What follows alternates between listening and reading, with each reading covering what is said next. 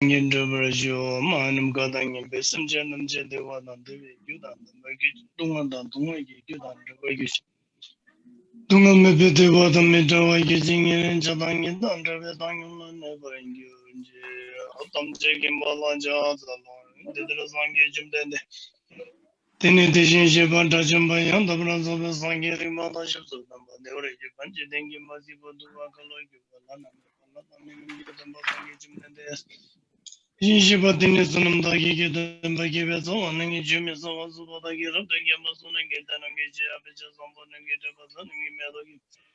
Jimbadim Badona Midima Mabadabamabana Long Bragawasha Zigi and Baduna Bazim Jagam. Sanjuzimbanam Gia and Babigazanam Giga Banyala, the Vedunga, the door, and the Beji Badum Mebasangi Megabazona Martabang and Java Java.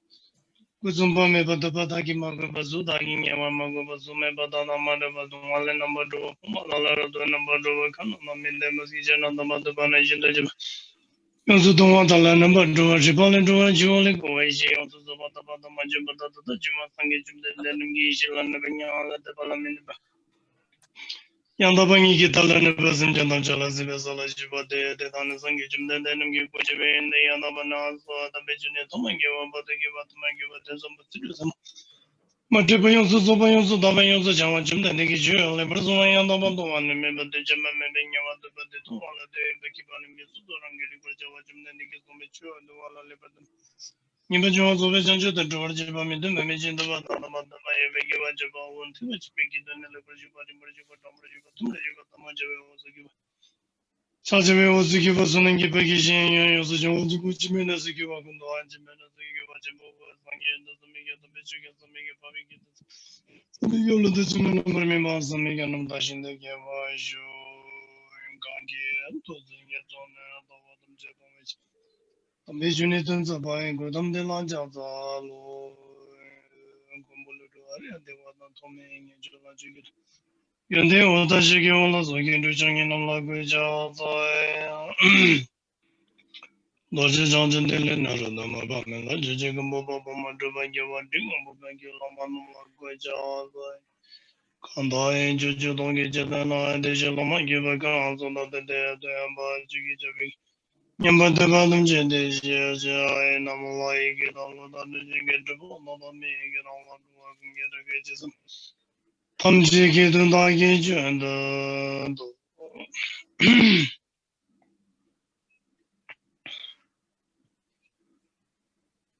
So, first of all, good evening to all of you. And I welcome you all to this Dharma talk. So to this evening, the topic of this class is about the path of the Bodhisattva, the 37 practice of the Bodhisattva. So it is one of the essence part of the Buddha. You know, it is one of the essence part of the Buddha, which was, taught many 2,500 years ago. And later it was practiced by many Indian scholars, as well as saints and yogis or yogi of the Indian. And later it was practiced by the great master of the Tibet. And, so that is how it was later composed and compiled the essence teaching of the Buddha in this 37 practice. So, yeah. Yeah. Xin thầy, trước tiên là thầy xin được chào mừng tất cả quý vị đạo hữu đã tham dự cái buổi học Pháp tối ngày hôm nay. Cái chủ đề của buổi học Pháp tối hôm nay là chúng ta sẽ học về cái con đường của Bồ Tát Đạo, cũng như là 37 cái cách thức để thực hành Bồ Tát Đạo. Đây có thể coi là một trong những cái bài học rất là căn bản, một trong những cái bài học cốt lõi mà Đức Phật đã giảng dạy, và Đức Phật đã giảng dạy hơn 2.500 năm trước đây, và trong suốt một thời gian dài là các cái học giả Ấn Độ đã thực hành những cái bài học, những cái cách thức mà Đức Phật giảng dạy. Và sau này thì là các cái bậc đạo sư vĩ đại của Tây Tạng cũng đã thực hành theo những cái lời dạy này của Đức Phật. Và rồi cuối cùng thì các đạo sư vĩ đại của Tây Tạng đã là người tổng hợp, đã là người biên soạn lại thành một cái tập tài liệu 37 pháp hành Bồ Tát Đạo để cho các hành giả sau này có thể là thực hành. Có thể coi đây là những cái nội dung rất là căn cốt, cơ bản của Phật Pháp mà cho Đức Phật đã chỉ dạy cho chúng ta. Khenpo. So before the actual teaching, actual text, I would like to talk a little bit about the Mahayana practice. Generally, I would like to talk in general about the Mahayana practice. So as I have mentioned, as I have taught a lot of things before, such as the precious human life, and also there, a lot of other things that I have taught about the Dharma, how to practice, how we have to take refuge from Buddha, Dharma, and Sangha, and later how to do the meditation, and also the Bodhisattva part, which is the essence, we call part of the Mahayana. Without Bodhisattva mind, we cannot call ourselves Mahayana practitioner. So similarly, the entire teaching of the Mahayana depends on the Bodhisattva mind, the mind of enlightenment, fully enlightenment. Without this kind of thought of enlightenment, we cannot enter the Mahayana path. It is to be understood very well. So when we talk about the Mahayana practice, firstly, it is very important to generate a Bodhisattva mind within us, within you, within us. So to generate this Bodhisattva mind, as I have taught before, the compassionate mind, loving kindness, these are the very the cause to generate Bodhisattva mind within us. So that is to be understood very well. And without this Bodhisattva mind, we cannot even practice Vajrayana. We cannot practice Vajrayana path if we don't have this Bodhisattva mind. So that is why it is very important to generate the Bodhisattva mind so that we can able to develop the altruistic mind, which mainly value others than oneself, which mainly give importance to others rather than having a self-centric mind. So that is to be understood very clearly. So by understanding, if you understand it, then all the other qualities or all the other parts, such as the sixth perfection, which is higher than one to other, the second is little higher than the first one, and later the wisdom part is the highest part of the other, compared to other parts. So it is to understand very well, and through that we have to practice the generosity, the perfection, perfection of generosity. Similarly, the perfection of morality, perfection of passions, perfection of effort, perfection of what we call samadhi or concentration, perfection of wisdom. That is how we can develop those qualities if we generate the Bodhisattva mind, and slowly, genuinely and slowly, we can able to have a pure mind That is how we can develop one's, attitude. Yeah, thank you very much, Khenpo. Như vậy thì trước khi mà thầy tiến hành giảng cái lời văn hay là cái văn bản của 37 pháp hành Bồ Tát đạo, thì thầy muốn nói một chút về cái việc thực hành Phật pháp, Phật giáo Đại thừa. Ở đây thì thầy muốn giảng một cách tổng quan về việc thực hành Phật giáo Đại thừa. Như là trong các cái bài giảng trước thì thầy cũng đã đề cập rất là nhiều lần về những cái nội dung rất là căn cốt của Phật pháp. Đấy là chúng ta phải thấy rằng chúng ta có được cái thân người là vô cùng là quý báu, vô cùng là quý giá, cũng như là các cái nội dung khác của giáo pháp của Đức Phật.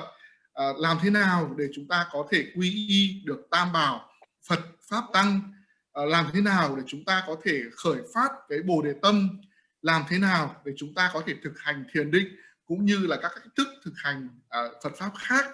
Thì trong những cái bài giảng trước đây thì thầy cũng đã nói về những vấn đề này, và thầy đã lặp đi lặp lại rằng là cái con đường Đại thừa chính là con đường của Bồ Đề tâm, và chúng ta không thể được gọi là những hành giả Đại thừa nếu như mà chúng ta không phát khởi Bồ Đề tâm trước khi mà chúng ta thực hành bất cứ một cái giáo pháp nào.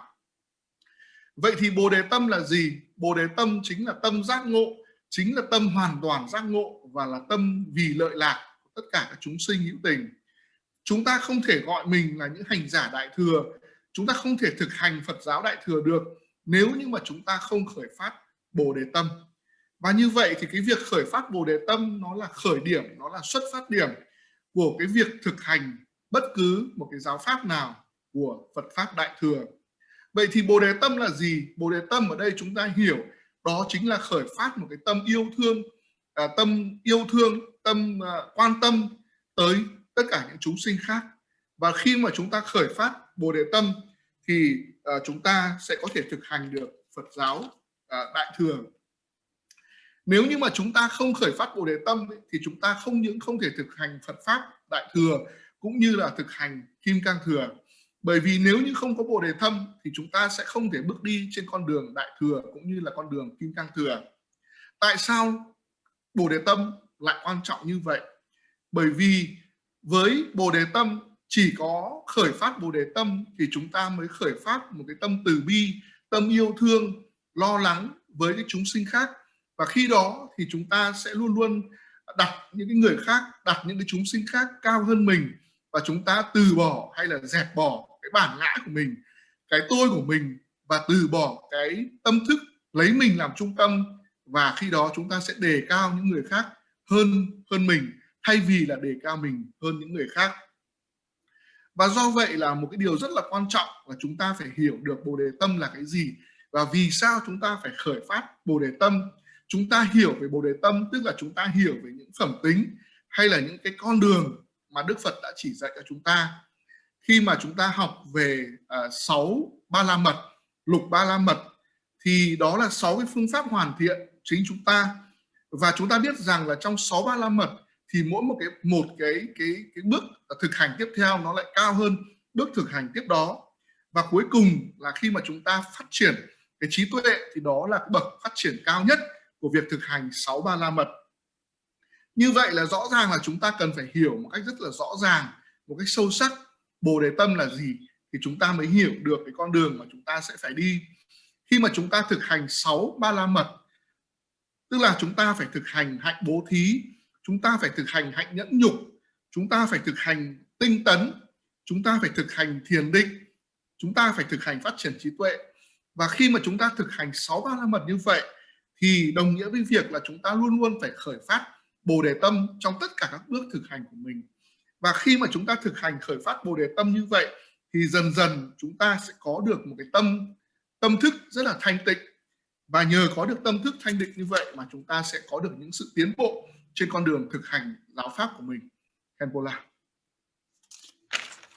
So, as I have taught a lot of topics, a lot of Dharma topics in these previous few months, and except the Vajrasattva practice, most of the teaching that I taught is includes or is, mentioned in this 37 practice of the Bodhisattva. So you can, as we go along with this text, you can see and you can understand that, I have mentioned this kind of things in my previous teaching, because all the teaching that I have taught in previous months, these are, mainly about the morality, about the right concentration, about the wisdom.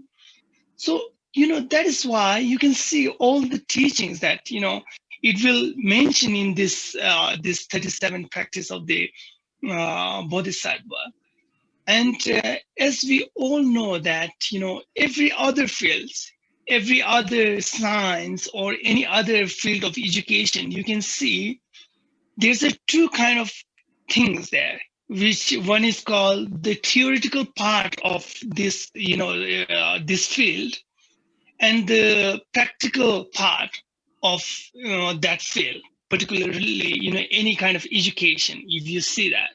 Similarly, in the Dharma, you can see the theoretical part of the Dharma, and also the practical part of the Dharma. You can see that those two also. And when you study, when I teach, when I give, when anyone, like any Rinpoche, Tulku, Khenpo, whoever teach the Dharma, mainly the teaching is about, most of the time, is about the theoretical part of the Dharma. But the practical part of the Dharma is, real practice, genuine, not only listening, but, practice by your own. The practical part is like when you practice morality, there is a practical part of the Dharma. When you live a life of the morality, there is a practical part of the Dharma. When you live a life of samadhi, it means when you practice and you establish your awareness, right concentration, that is the practical part of the Dharma. Similarly, when you practice right concentration, with that, if you practice like a meditation, such as to purify one's mind, to have a kind of wisdom, those practice a kind of experiential wisdom that is called the practical part of the Dharma.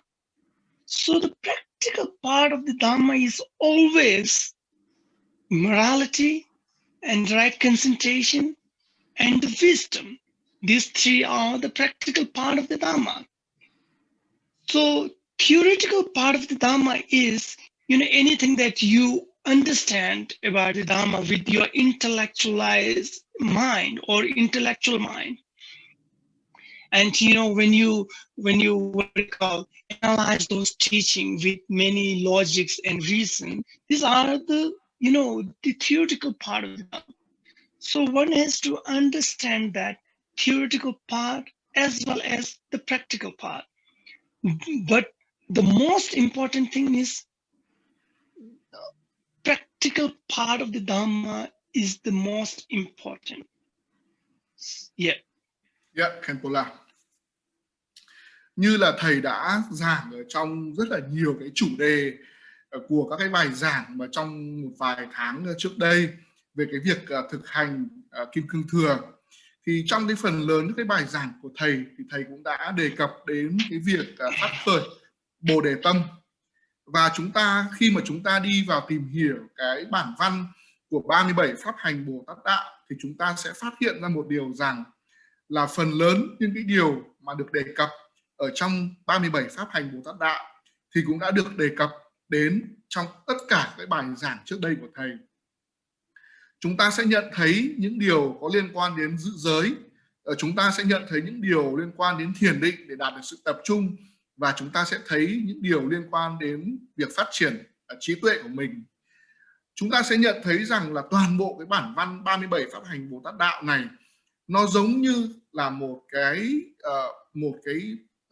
cái khía cạnh, gọi là khía cạnh thực hành của tất cả các cái nội dung giáo pháp của Đức Phật. Chúng ta hình dung ra rằng là bất cứ một môn khoa học nào hay bất cứ một cái ngành giáo dục nào ở trong cuộc sống của chúng ta thì bao giờ nó cũng sẽ có hai phần. Một là phần lý thuyết và hai là phần thực hành. Ở bất cứ một môn khoa học nào thì phần lớn nó đều có hai phần là phần lý thuyết và phần thực hành. Tương tự như vậy thì giáo pháp của Đức Phật cũng có hai phần là phần lý thuyết và phần thực hành. Khi mà chúng ta nghiên cứu, chúng ta lắng nghe những cái bài giảng của các vị Rinpoche, các vị Tulku, các vị Khenpo, các vị thầy, các vị đạo sư giảng giáo pháp cho ta, thì phần lớn đấy là chúng ta mới chỉ dừng lại ở việc lắng nghe cái phần lý thuyết, cái gọi là phần lý thuyết của giáo pháp mà thôi. Còn lại cái phần gọi là phần thực hành ấy, là cái phần mà quan trọng vô cùng. Không phải là chỉ lắng nghe giáo pháp là đủ, bởi vì là việc thực hành con đường của Đức Phật không phải chỉ lắng nghe giáo pháp, tức là lắng nghe cái phần lý thuyết là đủ, mà phải là thực hành giáo pháp. Chúng ta phải tự thực hành bởi chính chúng ta, thì đó mới là đưa cái phần lý thuyết của giáo pháp vào trong cuộc sống. Chúng ta chẳng hạn như là chúng ta phải thực hành bố thí, chúng ta phải thực hành sống một đời có đạo đức, chúng ta phải thực hành giữ giới, chúng ta phải thực hành thiền để đạt được sự tập trung, để đạt được sự định của tâm. Đó là những cái phần rất là căn bản của việc thực hành giáo pháp. Và khi mà chúng ta thực hành giáo pháp như vậy thì chúng ta sẽ tịnh hóa được cái tâm thức của mình. Và khi mà chúng ta tịnh hóa được tâm thức của mình thì chúng ta sẽ phát triển được trí tuệ. Và cái trí tuệ của chúng ta có được là trí tuệ có được nhờ sự trải nghiệm bởi chính cái thân tâm của mình. Như vậy chúng ta có thể coi cái việc thực hành giới, định, tuệ chính là phần thực hành của giáo pháp của Đức Phật. Và chỉ đi trên con đường giới định tuệ thì chúng ta mới có thực sự là đưa giáo pháp của Đức Phật vào cuộc sống và để thay đổi cái bản thân của mình.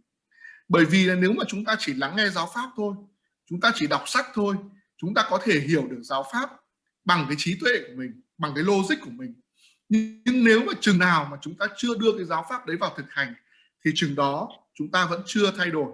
Và cái việc thực hành giáo pháp chính là phần quan trọng nhất của việc học và hành giáo pháp của Đức Phật. Khenpo. So that is a general, what you call, knowledge about the Mahayana practice.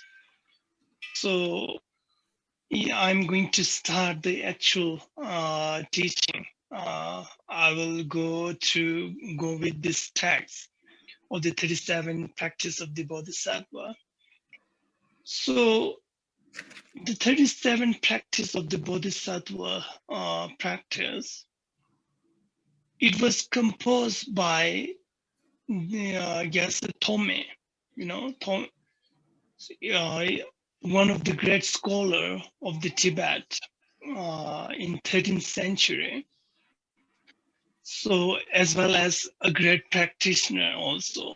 So he composed and he compiled this teaching from the great Mahayana teaching of the Indian master, such as like Bodhisattva, a kind of particular text about which mainly talk about the practice of the Bodhisattvas. So yes, okay. Yeah.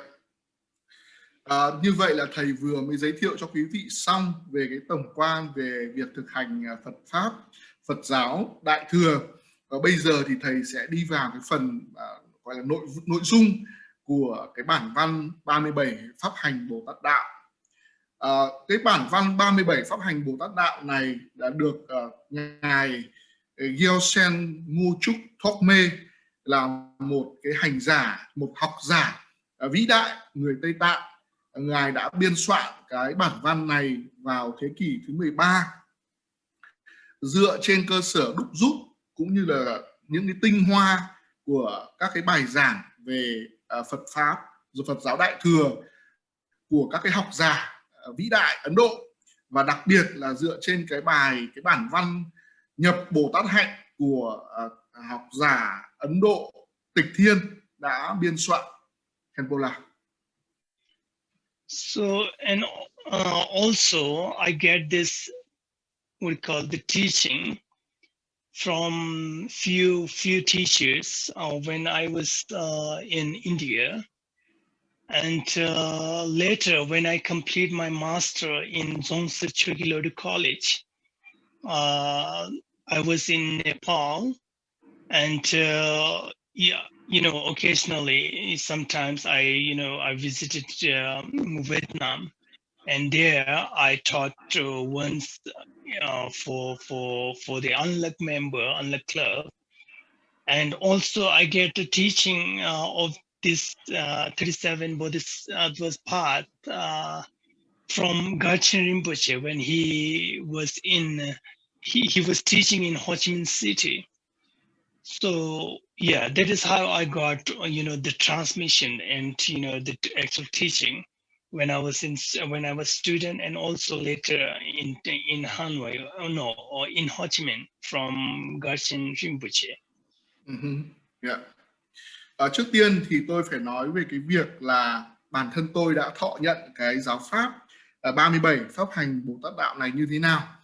Trước đây thì khi mà tôi còn đang học Phật Pháp ở Ấn Độ, và khi mà tôi học cái trình độ thạc sĩ Phật học ở Ấn Độ, thì tôi đã được giảng về cái pháp hành 37 pháp hành Bồ Tát đạo. Sau đó thì tôi đi sang Nepal và tôi cũng đã được học cái bản văn này, cũng như là tôi đã dạy cái bản văn này. Sau đó thì tôi đã sang Việt Nam và tôi đã giảng cái bản văn này cho câu lạc bộ An Lạc, cũng như là một lần gần đây thì tôi đã được chính đạo sư Gachen Rinpoche giảng cái bản văn 37 pháp hành Bồ Tát đạo này tại thành phố Hồ Chí Minh của Việt Nam khi mà tôi đi sang Việt Nam cùng với ngài. Như vậy thì có thể nói là tôi đã được nhận khẩu truyền cũng như là được giảng về cái bản văn 37 pháp hành Bồ Tát đạo này từ các đạo sư khác nhau ở Ấn Độ, Nepal cũng như là ở chính Việt Nam. Khenpo La. So I'm going to teach through this 37 practice the text. Okay. So here it says, firstly, the name of the text is Gyasti ki Laglen Sudema. It means the practice of the Bodhisattva, 37 practice of the Bodhisattva is the name of this what we call a book or text. Okay. Yep. Trước tiên là chúng ta nói về cái tên của quyển sách hay là tên của cái bản văn này. Đấy chính là 37 cái cách thực hành của các vị Bồ Tát, hay là 37 các cái pháp hành của Bồ Tát đạo. Khenpo La. So here it says that Bodhisattvas. It is very important to understand what is Bodhisattva, As in the text of the Mahayana teaching, there it says, there are few kind of Bodhisattvas. Some have a lot of qualities which mainly they remain in a 10 ground of the Bodhisattva. That is a very higher stage of the Bodhisattvas. But in the text, Mahayana text, it also mentioned that ordinary Bodhisattvas, or Bodhisattvas who is still in the samsara. So that means people, those who has a bodhicitta mind, those people is called the ordinary Bodhisattvas. So it is important to understand this kind of, the Bodhisattva, a few level, a kind of mind state they have. Yeah. Điều đầu tiên thầy muốn nói ở đây là khi mà chúng ta nói về các vị Bồ Tát, cái từ Bodhisattva mà chúng ta có thể dịch là Bồ Đề Tát Đỏa, tức là để nói về các vị Bồ Tát. Thì trong kinh điển của Phật giáo Đại Thừa thì có chia ra làm Bồ Tát làm rất là nhiều các cái cấp bậc khác nhau, và có gọi là có 10 địa, gọi là thập địa của Bồ Tát, tức là có 10 cái cấp khác nhau của các vị Bồ Tát. Như vậy là có những cái vị Bồ Tát ở bậc rất là cao, họ đạt được cả 10 bậc, 10 gọi là thập địa Bồ Tát, tức là họ ở trên những cái cõi rất là cao, họ không ở trong cái cõi luân hồi này. Nhưng mà ở đây thì trong cái bản văn 37 pháp hành Bồ Tát đạo này thì chủ yếu là đề cập đến cái đối tượng, tức là các vị Bồ Tát thông thường, các vị Bồ Tát bình thường, là những người vẫn còn đang ở trong luân hồi này, những người vẫn đang hành pháp ở trong luân hồi này, những người có cái Bồ Đề tâm, những người rất là Bồ Tát bình thường, là những người mà có thể là ở những cái địa mà thấp hơn, và những vị đó thì vẫn đang tiếp tục hành pháp ở trong cái cõi nhân gian, cõi ta bà này. So here, firstly, it is, paying homage to the Avalokiteshvara.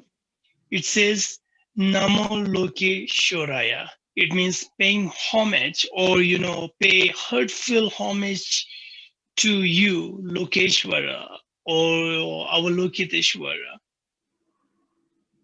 Cái câu đầu tiên của bản văn thực hành 37 Bồ Tát đạo là chúng ta quy y Đức Quán Thế Âm Bồ Tát, hay còn gọi là Quán Tự Tại Bồ Tát, quy y hay là nương tựa kính ngưỡng Đức Quán Tự Tại Bồ Tát.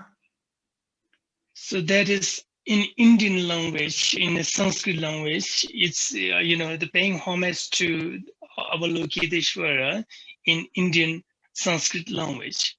Yeah. Như vậy là cái câu đầu tiên là tác giả là viết với việc là quy y Đức Quán Tự Tại Bồ Tát bằng tiếng Ấn Độ, tức là tiếng Sanskrit cổ. So here, Gangi chukun dokun dom mezekyang dovedun la chikto tsunzepe lama chodan chenre zikon la tatugo sumgo ba chatsalo. So this stanza is also paying homage to one's guru, or teacher, someone who teaches you about the path of the Buddha. This kind of teacher, not a teacher which teach you a lot of about the worldly things. So here the stanza, it says that paying homage to one's guru or teacher, and also Avalokiteshvara. So here you can see this, the first line, Gangi Chukun Dom means someone who sees the reality of all the phenomena, which is which is, to see the reality of the phenomena, which is beyond, or which has no any coming and going. It means the reality of the phenomena is emptiness. So, to realize, someone who realizes that kind of not coming and going phenomena, means, and someone who only think about the others, other beings, and to try to help only other beings, to put his good effort to help and support others. Lama Chokdan Zigonla, and this person is the guru or the teacher, and the great compassionate one, Avalokiteshvara. I pay homage by my three doors, like by my body, speech, and mind, to my guru and Avalokiteshvara. So this is the meaning, or the translation of of the Tibetan version. Yeah. Vừa xong thì là thầy vừa mới đọc cái bản văn bằng tiếng Tạng của cái khổ đầu tiên của cái phần dẫn nhập vào cái bản văn 37 pháp hành Bồ Tát đạo này. Trong cái khổ đầu tiên này thì tác giả đã đề cập đến cái việc là chúng ta quy y Đức Quán Tự Tại Bồ Tát như là quy y một bậc đạo sư của mình, quy y một người mà dẫn dắt chúng ta trên con đường giáo pháp, chứ không phải là quy y một cái người mà dạy cho chúng ta về những vấn đề về thế gian. Chúng ta thấy ở đây là Đức Quan Âm Bồ Tát là một người mà đã có được cái sự giác ngộ, người nhận thấy được cái sự thật của mọi sự vật và hiện tượng. Những sự vật đó thì không đi mà cũng không đến, và Ngài nhận thấy được cái bản chất tánh không của mọi sự vật và hiện tượng. Người mà đã luôn luôn nhận thức được cái sự thật của mọi sự vật và hiện tượng. Và cái người mà chúng ta quy y ở đây là người luôn luôn nghĩ về những người khác, luôn luôn nghĩ về cái sự lợi lạc của người khác, và luôn luôn cố gắng dùng tất cả cái khả năng của mình để giúp đỡ và hỗ trợ cho những người khác. Thì cái người mà chúng ta quy y, chúng ta nương tựa vào đó thì chính là bậc đạo sư của mình, là người thầy giáo của mình, người có cái lòng vĩ đại, lòng bi mẫn vĩ đại. Và chúng ta dùng cả ba cái gọi là cánh cửa của mình, tức là dùng cả thân, dùng cả khẩu, dùng cả ý của mình để quy y bậc đại từ bi, quán tự tại Bồ Tát. Thì đấy là cái lời văn của cái khổ đầu tiên của cái đoạn văn này. Khenpo.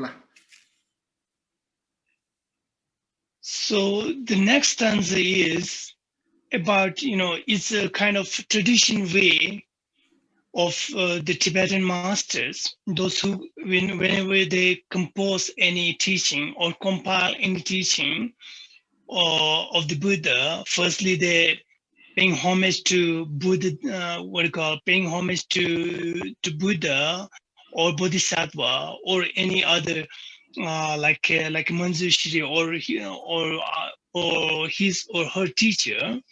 And second, they make a kind of promise. So this is a very traditional way to compose teaching of the Buddha.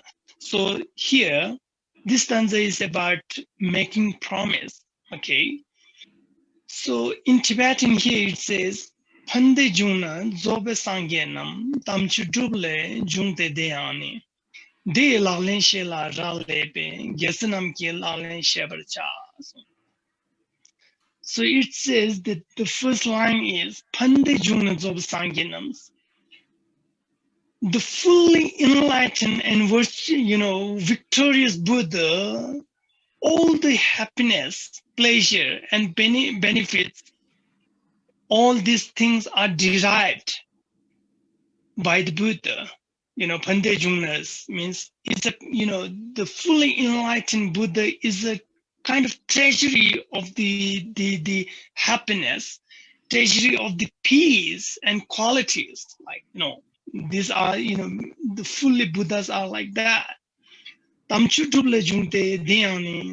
And also Buddha, to become a Buddha, one has to depend practicing the Dharma. Tamchu duble jungte means, it is because of the practicing the Buddha, practicing the Dharma, Buddha is attained, Buddhahood is attained, that is dhyana. De lalen shela ralepe, to practice the genuine Dharma, it is very important to understand the path fully, understand the path clearly. De lalen shela ralepe. Yasanam ki lalen sheparcha.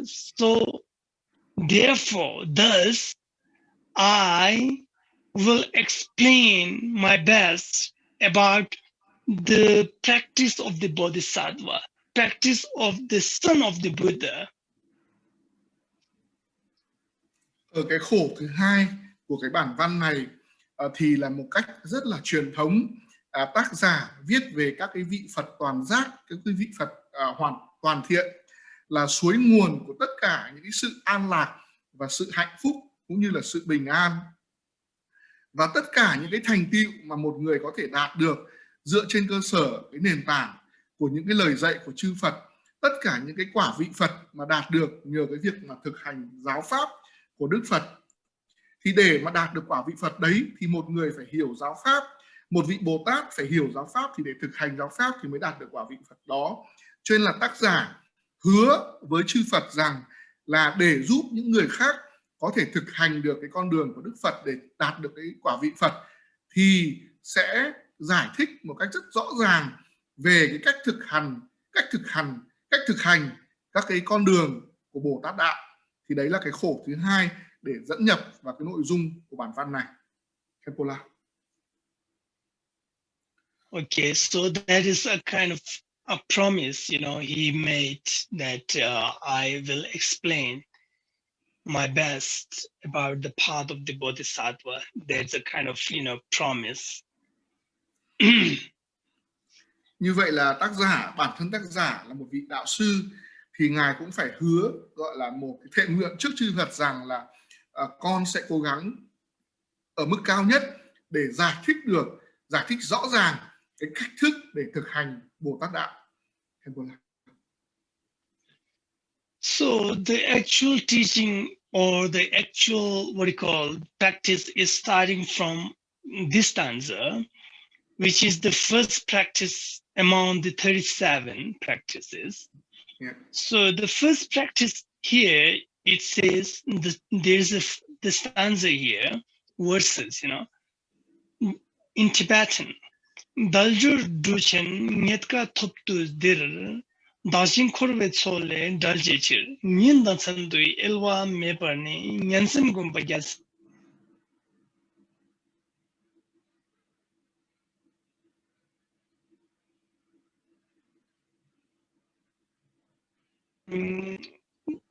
Attain the preciousness human life that I mentioned before, the preciousness human life has a kind of eight freedoms and 10 endowments.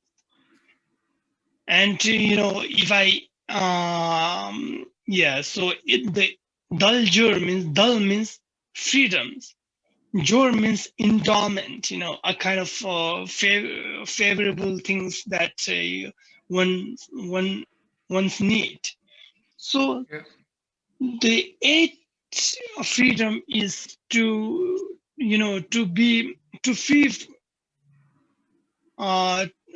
free from all the unfavorable life. To free from being born in a hell realm, to free from being born in a the hungry ghost realms, to free from being born in animal realms, free from being born in a the barbarian and long life god, and all this eight, So this Nyawa ida tujoda lalo sirindo na lota sangemi juma kupadida mikogye, and also to being free from being born as a mute, So this kind of, if we be born in those kind of realms, we have no such a kind of we cannot hear the Dharma. We are not able to hear the Dharma because in hell realms, there are no one to teach you a Dharma. Similarly, animals, they cannot understand it. Similarly, hungry ghosts, they have, because of their suffering, they have no opportunity to, to search Dharma. Same as like others, These are the eight freedoms that we must free. Yeah.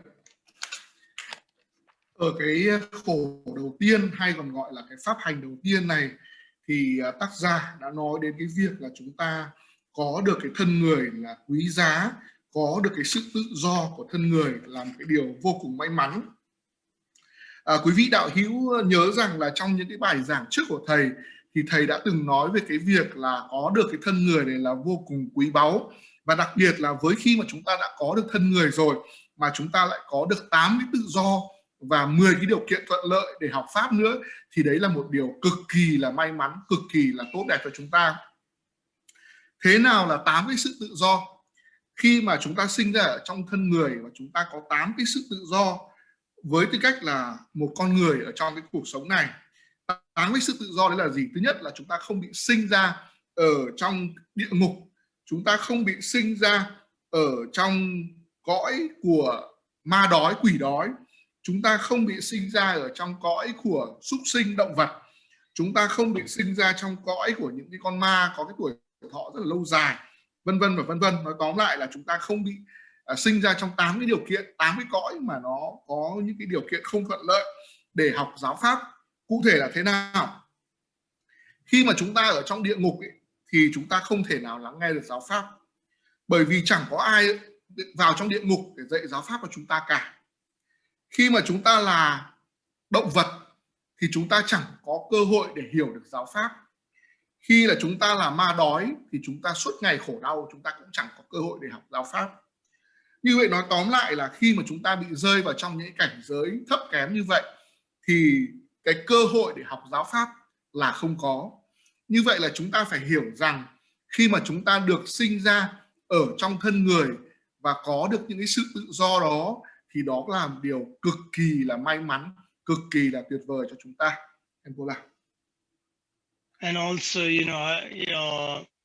free from being born in a long life guardians, and also free from being born where there is no teaching of the Buddha, where there is no any Buddhas there, and also to be free from someone who has a wrong conception, misunderstanding, or wrong view.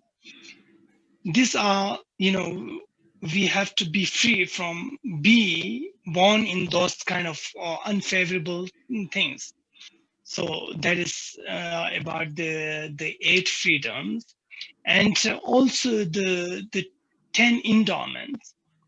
Here it mentioned, dal jor. Jor means there's a 10 kind of endowments that a kind of facility or favorable things to follow the Dharma, to practice the Dharma. If we have those kind of endowments, then we can able to get the teaching, we can able to follow, that is why it is called the endowment.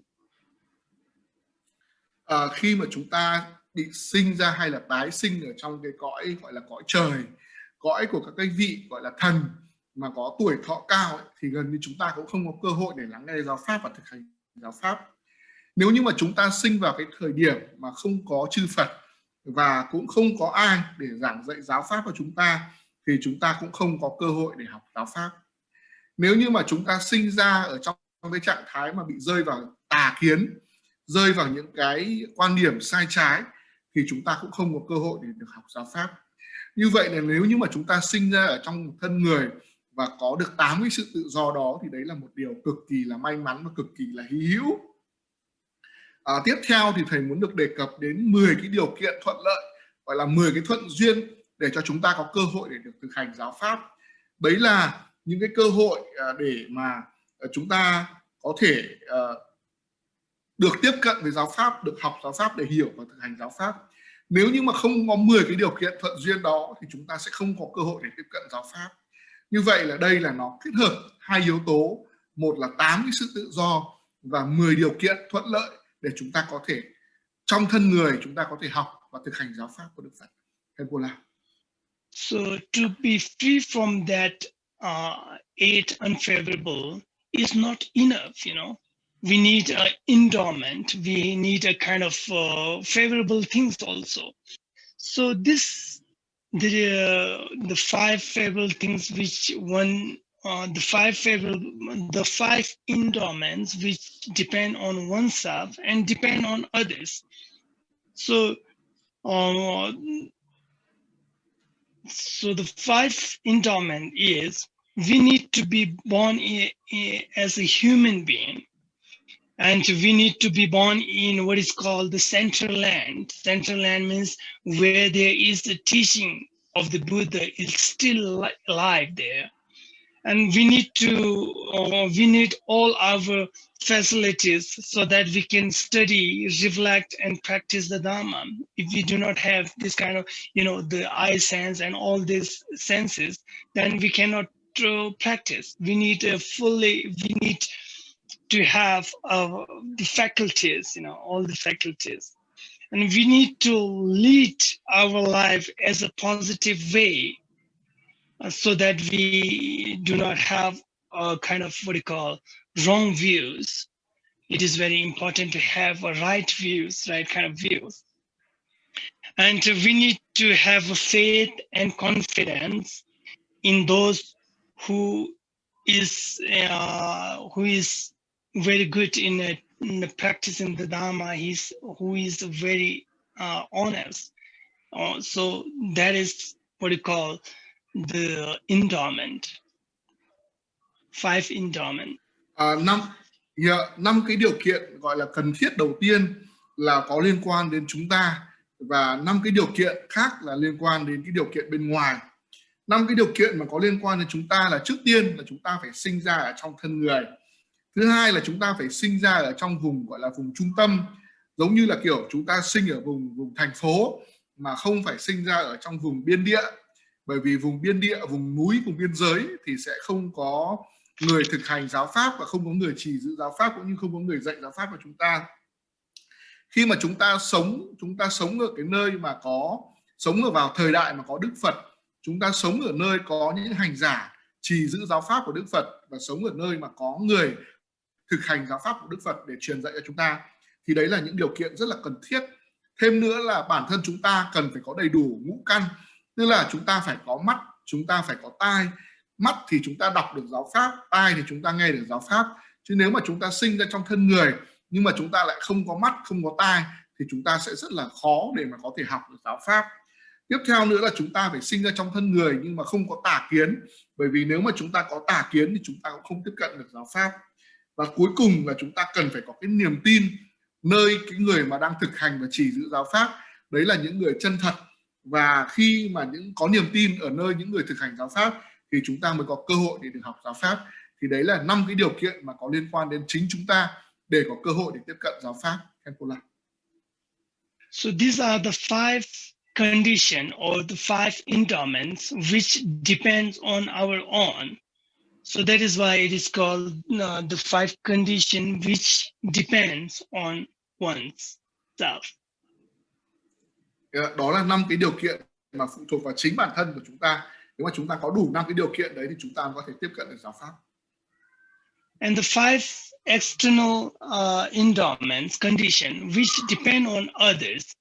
So these 5 are a Buddha must have appeared in an eon where we are in this eon, and where we are living.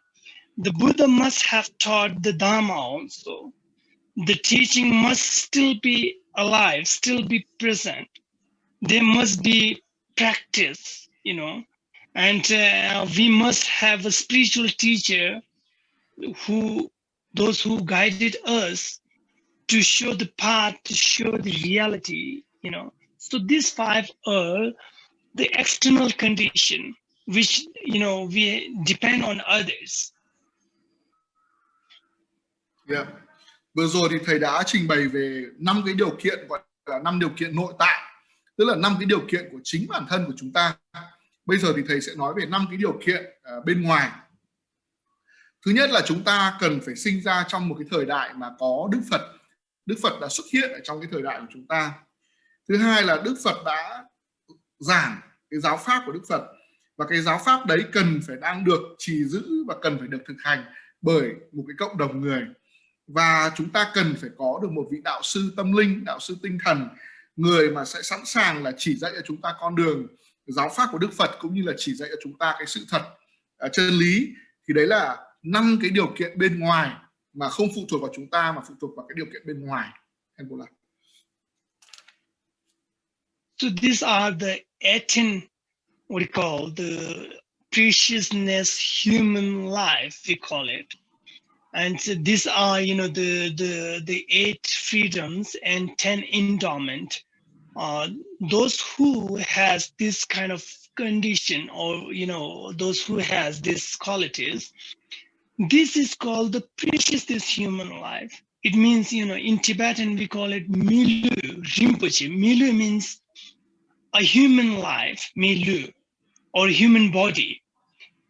And Rinpoche means something which is very precious, such as like a diamond, jewels. So that is why it is called preciousness human life.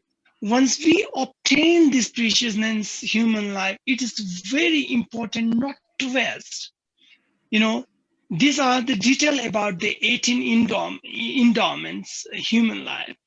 If we just, explain in a very brief way, then the preciousness human life means a human life, human body, or human, someone who has a good time to practice, someone who has a good facility to practice the Dharma. That is called the preciousness human life, So this is a very short explanation about the preciousness human life. Yeah. Ở đây thì thầy muốn giải thích một cách rất là rõ cái lý do vì sao mà lại gọi là khi mà chúng ta sinh ra ở trong thân người và chúng ta có được cái thân người rất là quý giá như thế này, với 8 cái sự tự do và 10 cái điều kiện thuận lợi như vậy, tức là tổng cộng một người phải thỏa mãn 18 cái tiêu chí để có đầy đủ cái phẩm chất để mà có được cái thân người quý giá. Ở trong tiếng Tạng thì người ta gọi là Milu Rinpoche. Milu có nghĩa là thân người hay là cuộc sống được làm người. Rinpoche có nghĩa là rất là quý giá, cái thứ rất là quý giá, giống như là kim cương hay là quý giá giống như là ngọc vàng châu báu. Thì như vậy là Milu Rinpoche tức là cái thân người hay là cái cuộc sống được làm người nó quý giống như là kim cương, giống như là ngọc ngà châu báu. Tại sao lại nói như vậy? Tại sao lại nói là cái thân người hay là cái việc được làm người là nó quý báu như vậy? Và cái điều rất là quan trọng là chúng ta không được lãng phí cái thân người quý giá, quý báu này. Bởi vì sao? Bởi vì có được một cái thân người, có được một cái cuộc sống để làm người và có đầy đủ gọi là ngũ căn, tức là có đầy đủ các cái điều kiện để có thể thực hành, để lắng nghe giáo pháp, để thực hành giáo pháp, thì đấy thực sự là một điều hiếm có, một điều rất khó khăn để có được đầy đủ cái tự do và cái điều kiện trong một cái thân người như vậy. So this preciousness human life is so precious that we can't afford to waste the time of this preciousness human life. It is so precious that if we put a good effort, then one can able to cross this ocean of the samsara. One can able to liberate oneself from all the bondages. One can able to purify one's mind from all the afflicted and impurity of the mind. So that is why it is the only kind of life which has a quality to liberate oneself within a life. So a nature, this nature or whatever we call it, the law of the cause and effect, the law of the nature, give us a potential for I'm talking about this human life, preciousness human life. A nature gives us a kind of potential or the quality to this human preciousness human life. If he put a good effort, then he can able to liberate oneself within a life, within one's life. So nature gives us this very good a kind of quality to the human life. It cannot, the animal cannot do that. Or the creature or the hell beings cannot do that. And all other that, other creature that you can see, they cannot practice. Only human has this kind of potential.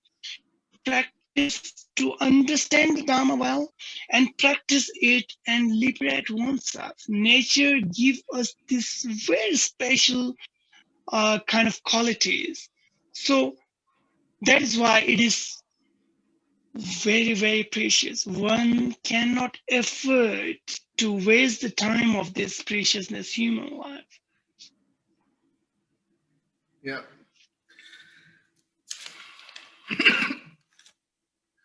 Khi mà chúng ta nói về cái thân người là quý giá như vậy thì chúng ta không thể nào mà lãng phí một cái thời gian của cái thân người này. Nếu như mà chúng ta chỉ cần cố gắng, chỉ cần nỗ lực thì chúng ta có thể giải thoát, giải phóng chính bản thân mình ra khỏi cái cõi luân hồi, cõi ta bà này. Chúng ta có thể tự giải thoát mình khỏi tất cả những trói buộc của khổ đau, cũng như là tịnh hóa cái tâm thức của mình khỏi những điều bất tịnh, cũng như là tất cả các cảm xúc tiêu cực của tâm thức trong cái cuộc sống, ngay chính trong một cái cuộc đời này. Như vậy là chúng ta có một cái cơ hội đặc biệt, cơ hội cực kỳ quý giá để giải thoát chính bản thân mình khỏi cái cuộc sống này. Và tự nhiên, hay còn gọi là tạo hóa, hay là gọi là quy luật của nhân quả, quy luật của tự nhiên đã cho chúng ta một cái tiềm năng, một cái triển vọng, hay là một cái khả năng, một cái phẩm chất, một cái phẩm tính, để dưới cái thân người này, dưới cái cuộc sống của con người này, chúng ta chỉ cần nỗ lực, cố gắng thì chúng ta có thể giải thoát được chính chúng ta trong cái cuộc đời này. Tự nhiên trao cho chúng ta những cái phẩm tính của con người mà các cái loài vật, động vật không thể có được. Các cái loài gọi là chúng sinh khác ở trong những cái cõi như là địa ngục, ngã quỷ cũng không thể có được, cũng như là các chúng sinh khác thì sẽ không bao giờ có được. Mà chỉ trong thân người, chỉ trong cái cuộc sống để làm người này, chúng ta có thể thực hành giáo pháp, chúng ta có thể hiểu giáo pháp và qua đó giải thoát chính chúng ta. Như vậy là tự nhiên đã trao cho chúng ta những cái phẩm tính, những cái phẩm chất đặc biệt để chúng ta có thể tự giải thoát mình. Đấy là lý do vì sao mà mỗi chúng ta sẽ không được phép lãng phí bất cứ một cái thời gian, một cái khoảnh khắc nào trong cái thân người quý giá này. Khenpo. So once, okay, hello. Yeah. Hello. Yes, I can hear you, La. Can you hear me? Yes, I can hear okay. you, but can't see you. So, okay. You cannot see me? Yeah, I haven't. Yeah, I can see you now. Yeah. Please don't disappear. Okay, Please don't disappear. Please stay with us, La. Yes, you know, it is because of the connectivity. I'm not doing it by my own, you know. Yeah. Because of the connection, sometimes it cuts the connectivity. So what I was saying is the preciousness human life is like a duchen. Duchen means, you know, a kind of boat, a big boat. So, you know, to big boat is very essential, very important to cross the ocean. Similarly, you know, the preciousness human life is very important to cross the ocean of the samsara, cross the ocean of this, what we call the ignorance samsara or the suffering samsara. So once we obtain this kind of preciousness human life, then it is very important not to waste it. We cannot afford to waste a single moment, because once it wastes, that we cannot buy back it. We cannot back this kind of moment. So that is why once we obtain this preciousness human life, then very important to Dagshin Korvetsolada, which is to, you know, very important, try to liberate oneself and try to, you know, show the path to other as well. Yeah. You know, that is why, you know, that is what it says in the second line. And the third line is Mindam Sandu Elwa Mepa, you know, do not waste the time and try your best in the daytime and night. Also practice your best in day and night without having any kind of distraction or any kind of laziness or any kind of carefulness. You know, most of the time what we do nowadays, we try, you know, we don't want to practice. We wanted to distract somewhere, you know. That is why we use a lot of things to distract one mind, to do some kind of time pass things. But here it says that means day and night one has to practice. Why? Because the preciousness human life is so precious that we cannot, there's no certain things that we can obtain in the next life. So once we get this kind of opportunity, then do not waste a single moment and try your best to listen to Dharma first, and then analyze the teaching, whether what is to be abandoned, what is to be adopted, what is to be practiced, what is to be abandoned or discarded. So that is why very important to analyze the teaching also, think about this kind of teaching logically. And lastly, what we have to do, we have to practice with the concentration. We have to practice it with the meditation, with the single pointless meditation, to develop one's wisdom about the Dharma, about the truth, about the reality. So that is the practice of the son of the Buddha. That is the practice of the Bodhisattva, which is called son of the Buddha. Yeah. Khi mà chúng ta có được cái thân người quý báu này thì chúng ta giống như là chúng ta có được một cái thuyền. Tiếng Tạng người ta dùng cái từ nó gọi là du chen. Thì khi mà chúng ta dịch ra tiếng Việt thì du chen có nghĩa là cái thuyền lớn. Khi mà chúng ta có được cái thuyền lớn này thì chúng ta sẽ vượt qua được đại dương sinh tử, đại dương luân hồi, đại dương của vô minh ngu dốt và đại dương của khổ đau. Như vậy là khi mà chúng ta có được thân người, tức là chúng ta có phương tiện của một cái thuyền lớn để vượt qua được cái đại dương của khổ đau, đại dương của luân hồi, đại dương của ngu dốt và vô minh. Như vậy là khi mà chúng ta đã may mắn mà có được thân người rồi thì chúng ta không được phép lãng phí bất cứ một cái khoảnh khắc, một cái giây phút nào của cái thân người này, và chúng ta cần phải thực hành giáo pháp để giải thoát chính bản thân chúng ta, và hãy chỉ dẫn cho những người khác cái con đường giải thoát giác ngộ này.